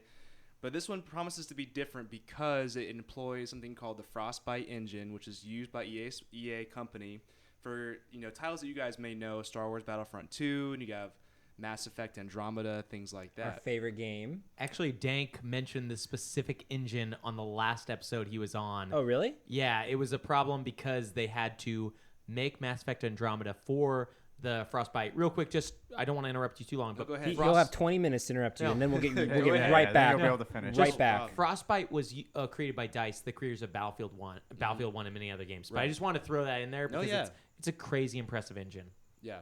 Well, Thank you, that's Brian. one thing they've said that they want to do with is that they want to make, because every year you'll see a big jump from one year to year. So maybe like Madden 08 to 09, there was a huge change. Then from the years after that, it seemed very dangerously similar. Like, why am I paying $60 a year for this game? Yeah, for stat changes and team Yeah. balances. Updating and stuff like that. But the biggest question that you guys have is probably so the Frostbite, they basically make the environments look better, more authentic gameplay, puts you in control. If you like watching games on Sundays, but you cannot control the outcome because your team sucks and loses in the very end, now you have a controller and you can actually control the outcome, especially if you're a football junkie like I am. or a like Chargers sports. fan like you are. Well, actually, I've kind of renounced them actually because Oh, wow. their ownership has been terrible. It's a long story for a different podcast. Anyway, They don't even know who the Chargers are. Sorry. It's They're okay. actually the Los Angeles Chargers now. Oh, Yeah. wow. playing Impressed. playing at Whoa. StubHub.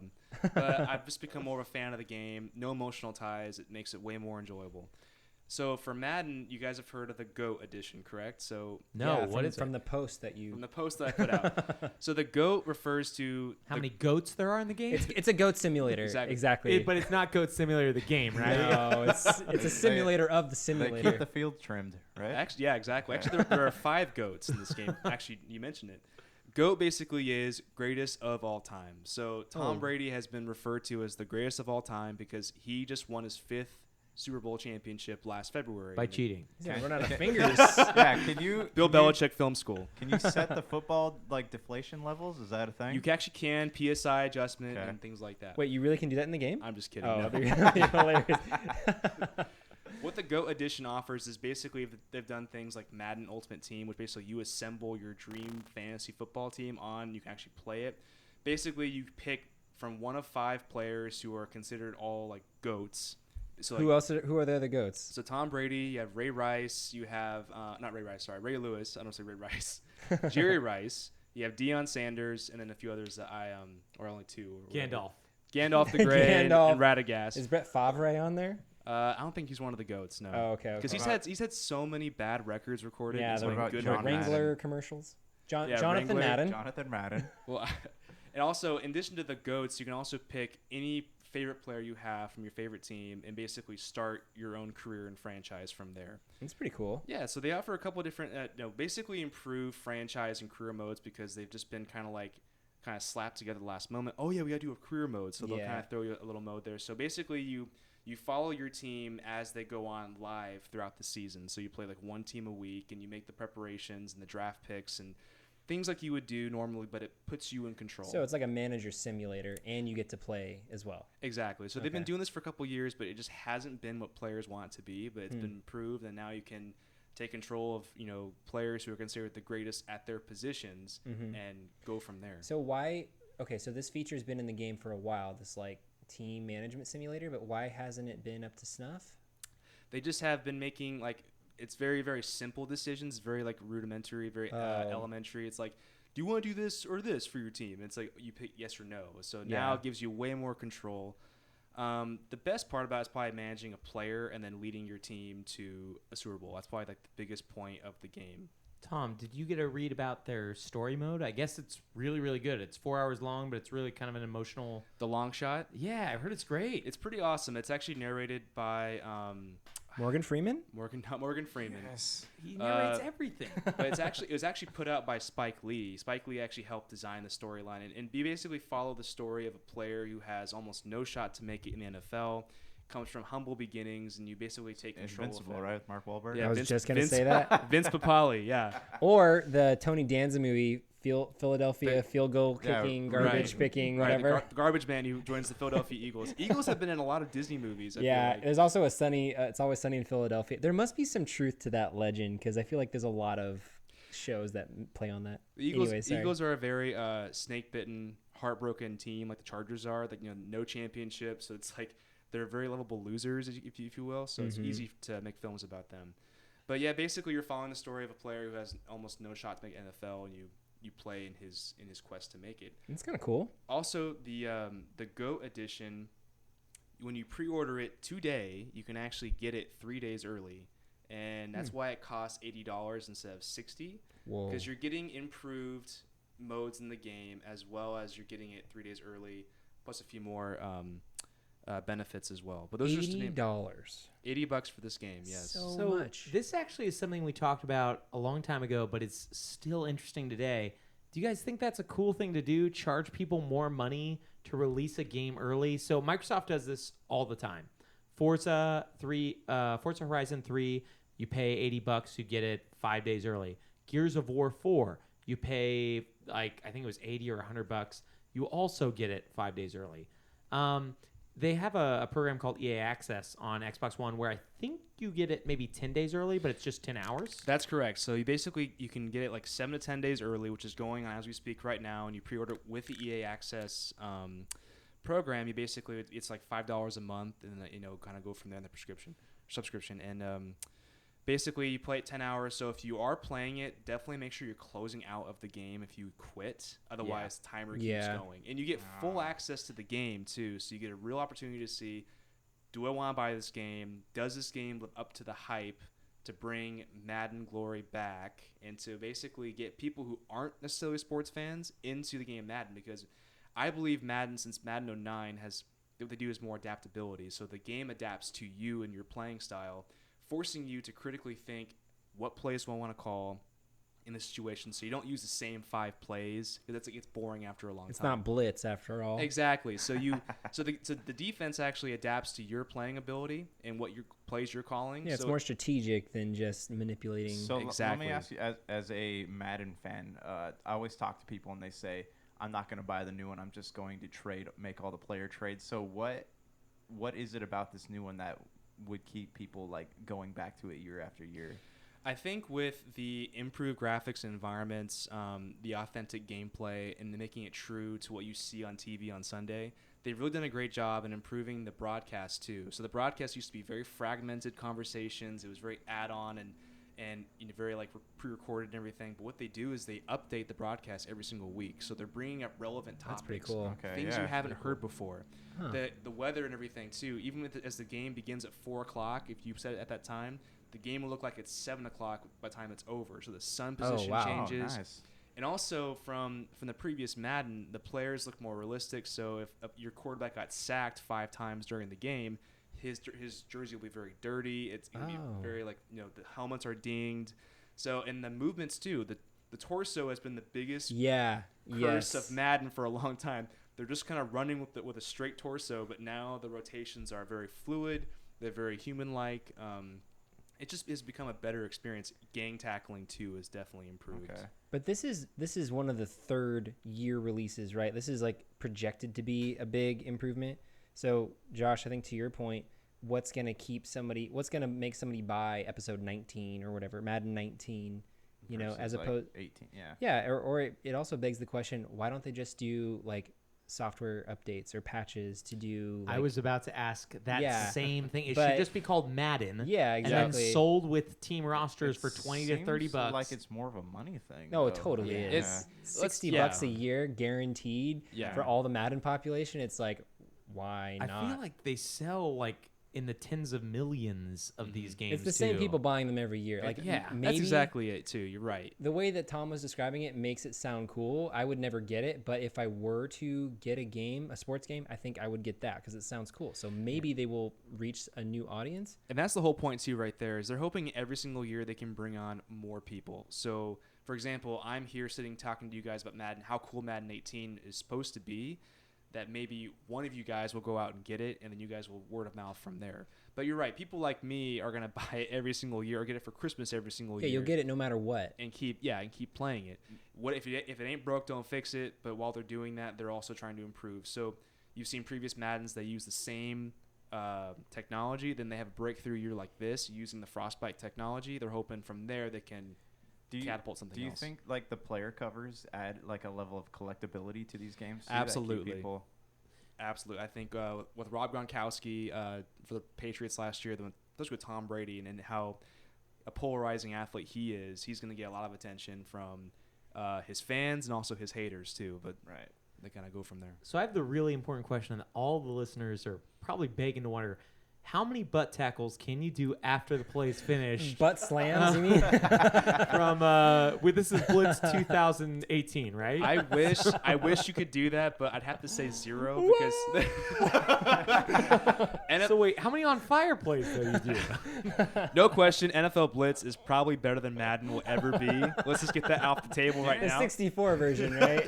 That's Blitz or Blitz 2000. There were a few other ones too. There's like Fever and NFL Street. Like, what happened to all those games? Oh, yeah, the those best. streets. Those you just hit against a brick wall and stuff like that. We could literally talk about those games for a year, man. But Brian, quick thing that you and Dave mentioned, they do patches, they do the player updates, they do like the player skill. So if your player had a bad game in real life on Sunday, he will have bad ratings that week as you're playing. That's pretty That's cool. kind of cool. Yeah, I like So that. That's one more thing I want to add to any of the listeners who are on the fence about this game is that it does stay very true to what's happening in real life. And he works for Interesting. EA. And he also works for EA. Works for I EA, the bowling alley, And Splitsville. and Splitsville, Busy and man. he's also a physical therapist. For reals, though, in the last one. Thank you. Anyways, guys, that was a fun, educational, enlightening section on that news, especially on that Madden section. So thank you, Tank Bank. But we're going to take another quick little break, Bank.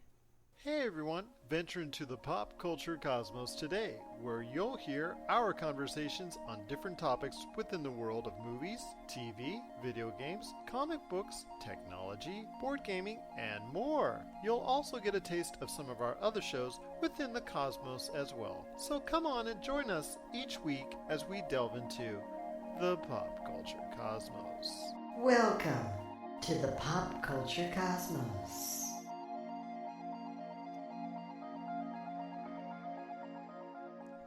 All right, guys, we are back. Thanks for hanging with us on this sweet episode 22. Tonight, as you know, the topic of the day is most satisfying gaming moments. And as you probably know, our Insta Slam has been getting a lot of jam, if you know what I mean. Off the hook. Off the hook. So if you want to jam, then we're going to read you some Instagrams. Slayer. Yeah. So, like, Nostalgia Plays wrote, for his most satisfying gaming moment, Zelda, Ocarina of Time, the 3-heart challenge. I assume that means beating the Dude. game with only 3 hearts. That's awesome. That's crazy. A lot of speedrunners do that, actually, just because it's faster to not get hearts. They don't necessarily do the 3-heart challenge, but that is nuts, dude, because especially in those later bosses, 3 hearts gone in one hit, for sure. I can't even imagine. That's awesome. You probably couldn't do it on the new one because you need 13 hearts on certain parts just to progress through the game or to get. Oh, in Breath of the Wild? Yeah. That's what sucks about newer games is they kind of cut out a lot of room for cool challenges like that and achievements things. But just to contradict exactly what he said, you can beat Breath of the Wild with 3 hearts. You do not need to have all of them. That 13 hearts Well- is so you can get the Master Sword, but you don't need the Master Sword to beat Ganon. Sorry. You didn't know you were talking to a dictionary tonight. Sorry, Jake. A dictionary. You're welcome for that alley-oop there. Set me up there. All Wait. right. Dictionary move. What's that? What was his Instagram name again? Nostalgia Plays. Thanks, Nostalgia Plays, for hitting us up on Instagram. We really appreciate that, and that resonated with me, so thank you. All right, so we got the next one from Garrett Lyon, and he says beating Ace Combat 6 for the first time back in 2008. So Down to the year. I haven't played many Ace Combat games. I haven't played any Ace Combat games. I don't know what I was saying. But I hear they're pretty difficult. Are they? They're the jet games, right? Where Yeah. You're, yeah. Like a Star Fox, Yeah. but with real Yeah, physics, I assume. I know Garrett, and he loves like flight simulators and fighting games and And there's Star Wolf in it. Uncle Andros. But he Slippy. my beautiful reward. But he Don't potty just yet. Tom, you missed the quiz last week. We one of the bonus questions was name the 4 Star Wolf characters. Oh my gosh. Davey A quiz I would have Poole. actually done well on. I know you should listen to it. Listen to episode 21, and yeah, it was funny. Tom, you got something for us? Yeah. Thanks, so- Garrett. By the way, thank you. Thank you, Garrett, very much. Our post that I have to read right here is from Mark Batstone. Yes, that is his Instagram. He said beating Dalton's Golem on Chrono Trigger. So I don't have a whole lot of experience with Chrono Trigger. You know Can you guys what? speak to this? I can speak directly to this. Dalton's Golem, as a person who's legitimately beat Dalton's Golem, it's really like Brian, how do you feel about that? really struck a chord with me on the old heartstrings. So Mark Batstone, dig it, love it, thank you. That's a great moment. I think we got a lot of liars on this, but I'll let liars lie. And who else do we got, my Davies? Yeah, so this is from Shelly Sutton 3. Her most satisfying gaming moment was when I got a bunch of stars on Super Mario. So yeah, obviously that's a great satisfying moment. Super Mario is a wonderful game. So thank you, Shelly Sutton 3. I'm sure you'd make a great mom. And we got a last minute posting from and thanks for that, Shelly, again. We got a last minute posting from Freaking Lions. He said he beat Dalton's Golem on the first try, which is, I know, a pure-blooded lie. We all know that in this podcast. We know no one can do it. It's impossible, but we'll let you lie. Would you worship For us. someone who had beaten Dalton's Golem on the first try? I'd praise them all night. Wow. Okay. And celebrate their strength. I'm gonna call up my lawyer, get some documents drafted up. Do we have any more? Is that it? Well, that's our Instas. We That's actually our do have an Insties? email today, but we're going to Yeah. save that. Okay. Bones. Hey, well, thanks Insta Crew for those sweet jams. That was awesome. So we encourage you guys to those who follow us to hit us up on Instagram when we release the topic of the day, because we will read your topics, your comments on the show. So thanks a lot. But Josh, let me hear about your most satisfying game moments. I want to hear the real nitty gritty deets, right. my brah. It's a story, all right. Okay. So you guys remember back in the day when you had to have memory cards? Of course. Yeah. Okay, so I keep them on me at all times. a very specific game, Final Fantasy VII. I had a memory card and I played it. Got to the second disc. First time, my memory card got chewed up by a dog, so I had to start the game over again. Did you Teacher, get the mate. topic confused? Second time, no. I'm This is not your homework. I'm leading up to it. Second time, my memory card, my brother overrode my Final Fantasy save. Oh, classic little brother So move. I finally got to the fourth disc on Final Fantasy VII, beat the boss, and it was the most satisfying thing ever because I had tried 3 times to get that far. And your whole family's waiting outside trying My to whole break family the trying game. to So figure out many how they can forces at work sabotage here. me. I Yeah. know. Not only the game's forces of evil, but also real life. Real life, yes. Wow. This is So like AR at earliest it was stages. the proudest moment of my video game life. Overcame your younger brother's Oh, yeah, advances to and get that dogs. memory That's card. awesome, Yeah. man. Dogs. You know. You're basically Cloud IRL. Yeah, We should exactly. call you Cloud now. Exactly. That's cool, dude. Any other ones? That's it, man. What about those I'm a like very Halo LAN frustrated parties gamer. at your house, man? Those were the days. Those were so fun. Josh always got last Pizza Hut. place. Pizza Hut, yeah, and No, the, Little Caesars we got- too. and like the names of our characters, like it always say Yes. like you got beat by Dave's mom or something like Yeah, that. exactly. And then after party, watching The Punisher. Oh, Hey, watching The Punisher? Yeah. Dude, those are fun times, man. Miss those times. So thanks for sharing, Joshy Poo. Branky, why don't you lay on me one of your moments? Well, I got 2, and they're both pretty quick, but one Good. of them was... I don't know if you guys ever did it, but I got all 120 stars in Super Mario 64. What? Yeah. And I remember trying to get the 100 coins on Rainbow Ride. I want to say it's Oh, the yeah. last It's level. a hard level.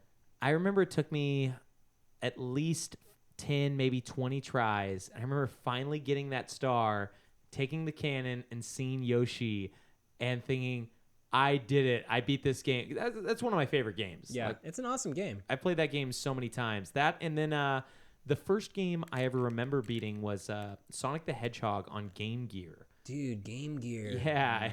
And I just remember thinking like, wow, I beat a game. I don't know how I did it. Because back in those days, like there was no save files. Yeah. You had to beat the Right. whole game I in know. one sitting, or else Ridiculous. you died. You had to restart. It's like Gradius. Robot. Yeah, is such a jerk. Gradius. Gradius is a.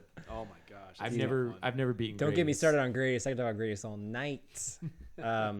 That's awesome. Thank you, Branky Pew. Tom, do you want to go next? Sure, I'll go.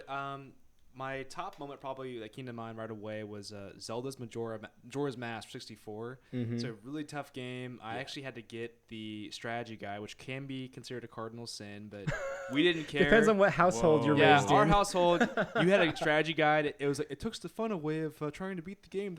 So we ended up having to do it. So my dad and I spent countless hours playing because the game's premise is basically you have 3 days to save the world from the moon crashing into the earth. But very difficult game, a lot of fun, great time, and I think beating that was very satisfying. And also, you guys remember the game Fable for Xbox? Where you Yes. had to be Yeah, a good guy, yeah, for sure. bad guy. Kick the chickens. Oh yeah, it was a lot of fun. Great game. Kick the chickens. That was a game I had beat it as a good guy. That was very tough actually being as a good guy compared to being somebody who's evil, just who's basically like a sociopath, just like kills everybody. Dude, Like being sneaks evil, into there. I have a lot of trouble like being evil in games, but that was one game I didn't mind it because you look so flippin' You do. cool. You look when And awesome. you're also, evil. it's hard to not kill random people you're not supposed to. Like, it happens Yeah. on accident a lot. And you, And can't you really- get to break into their houses at night and steal all their stuff. yeah. Yeah. And with force push, you just get 10 guys around you and just like shoot them all Dude, away. that game was so fun. Very fun, very fun game. Great RPG, but I think like probably the Potions? Food? old food. I can break you, so leave it. I think beating him at the very end was a lot. It's very cathartic because he's like bossing you around the whole game. Is he evil? I forget. I don't think he's technically evil. Oh, but you can attack him. You have the choice to beat him or not. Yeah, that's right. Basically, there's the main bad guy, but you have a choice before you fight him. Do I kill my mentor or not? Obviously, yes. Yeah, you kill the guy you love, right? Exactly. But when you're evil, like you grow these like giant horns. and, Yeah. like, your footprints are actually blood. Aren't your so- feet cloven as well? Yeah, they Yeah. actually have like hooves. So Yeah, basically, you're so like a spawn of cool. Satan. Obviously. But it was a lot of fun. It's really cool kind of beating it on both sides and kind of comparing to see how it was. And definitely beating it as a good guy is way harder. Totally.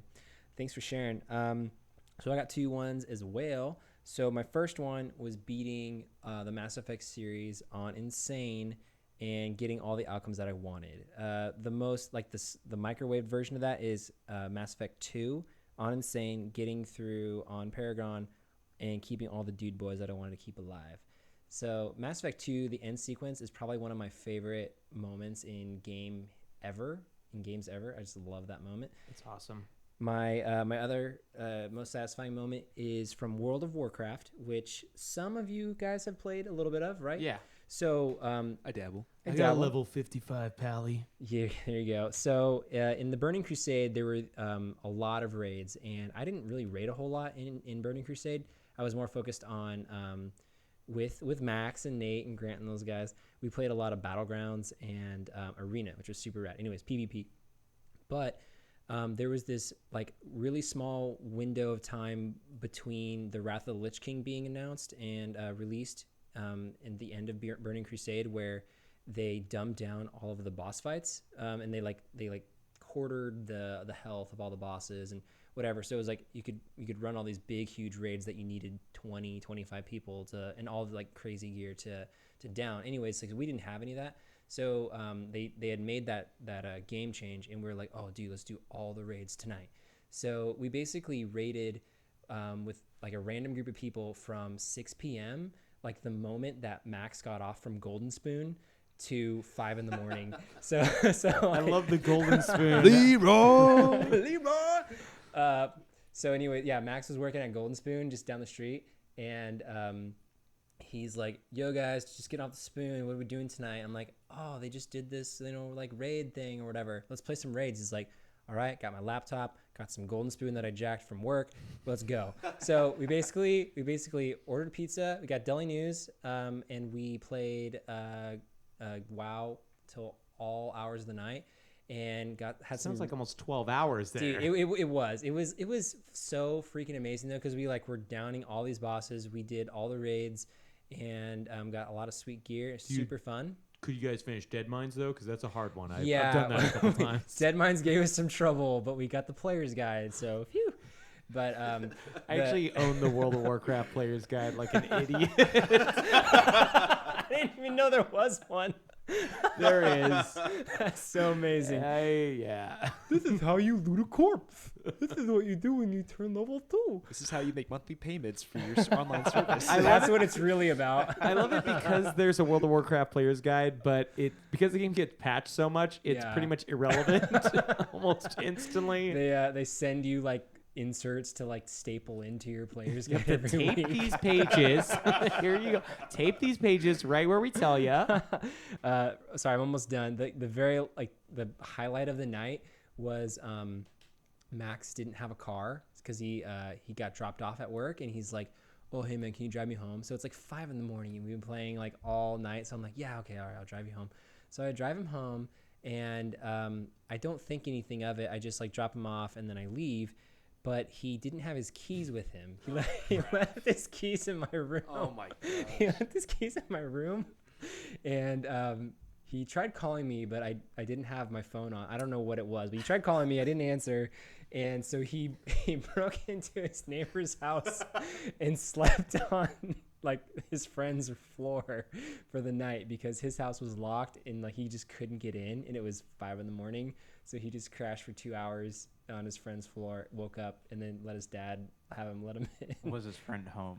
His friend was home. His friend is like one of our best friends. His name's Grant, and it was like totally cool. But he still broke into this person's house at midnight or 5 a.m. and slept on their floor. I'm gonna have to call the police. Oh hey, hey Max. Yeah, you broke an into. Grant sleeps so heavily though that he didn't even know until the next day. Anyways, that's my most satisfying moment. That was awesome. I missed the days of WoW and Me too. STV, my bros. STD. Oh my gosh, Branky. I think we've gotten an email. Is that true? We do. We have the one and only one of our favorite bros, a fan member, Veet Mesquite, as he titled this. Oh my gosh. So I'm going to read you guys the email. He said, "Hey gang, sorry I couldn't be there this week. As requested, below is a brief review regarding Mary Shelley's Frankenstein." This is his most satisfying gaming moment, or the modern Prometheus. I'll read this as quickly as I can because it's 3 real quick paragraphs. First published in 1818 London, the novel follows one Victor Frankenstein and the unending torment that follows him after his misguided pursuit for knowledge ends in his creation of a grotesque but sapient creature that would eventually lead to the doom of them both. Themes of knowledge, sublime nature, and secrecy are interspersed throughout the novel, as well as motifs of passive women, light and fire, and even abortion. Wow. As Victor Frankenstein would later go on to abort his second creation with rising fears of what evils may follow should the monsters mate. Written by an atheist at a time when atheism was unpopular, Mary Shelley has created a sleeping giant that I believe has gone mostly unnoticed.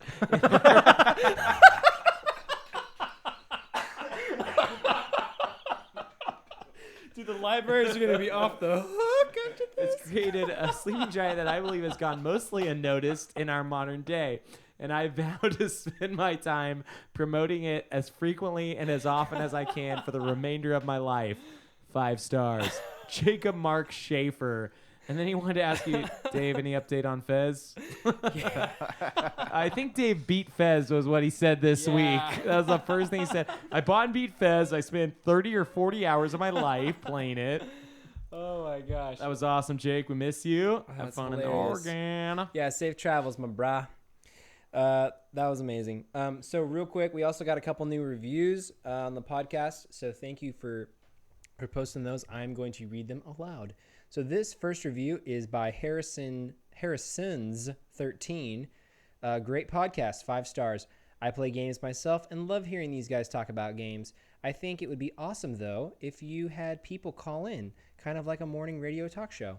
We're working on that right now. That would be interesting as soon as we had the technology available to support that. That's a great suggestion, Harrison's 13. Find Brian's numbers in the description. Yeah, I put my personal cell phone number just so anyone can get a hold of me. Call or text anytime. We got another one? Maybe Harrison's, you can call in. Maybe you can be our first call-in guest. All right, First-time caller, full-time listener. There you go. The next comment is by somebody who we don't know but love, Mark VSB. Fun for casual or elite gamer. I play games only every so often, so I'm not that hardcore, but this is a fun group to listen to even for the occasional gamer. Good audio quality and banter too. Thank you. Thank you, Marky. Thank you, Mark VSB, Thank you. who I've never heard of before in my life. Yeah, I really appreciate that, guys.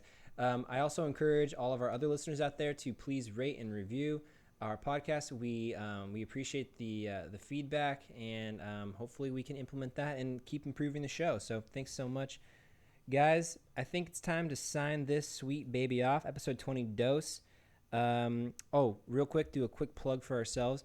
One of our very own members of the show, Branky Brankerson, had an exclusive interview with the developer and who else? Developers of Two Ravens. Yeah. It's the developer and the programmer for the game. It's called Wild Heart.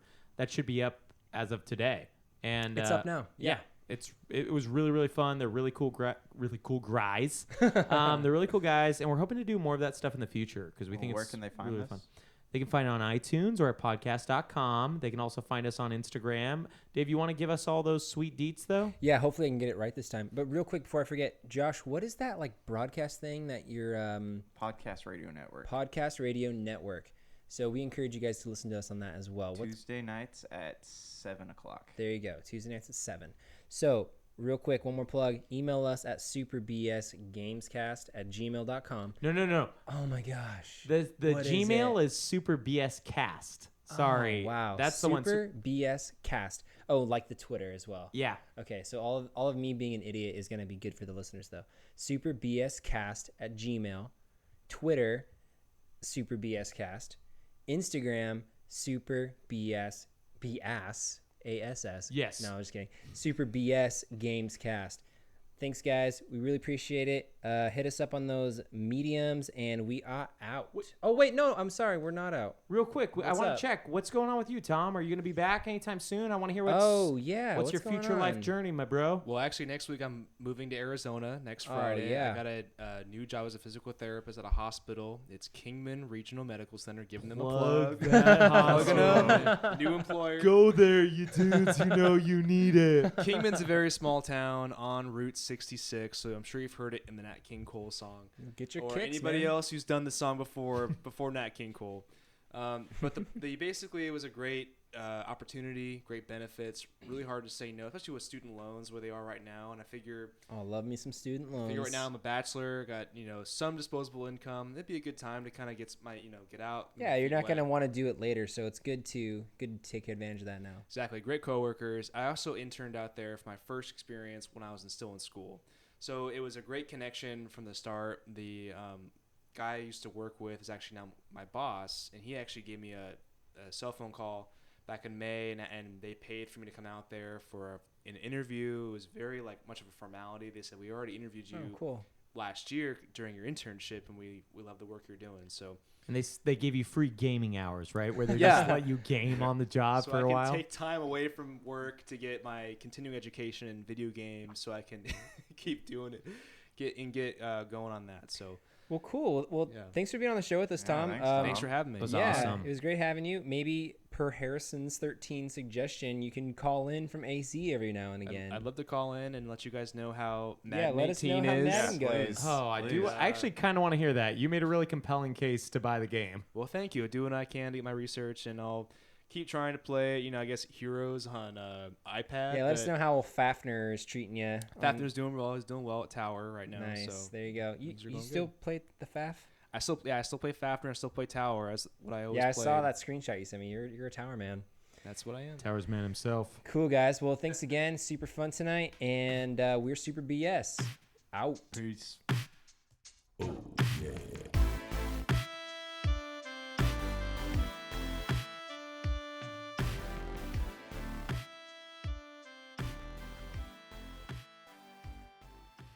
that to us people that can feel things, it hurts.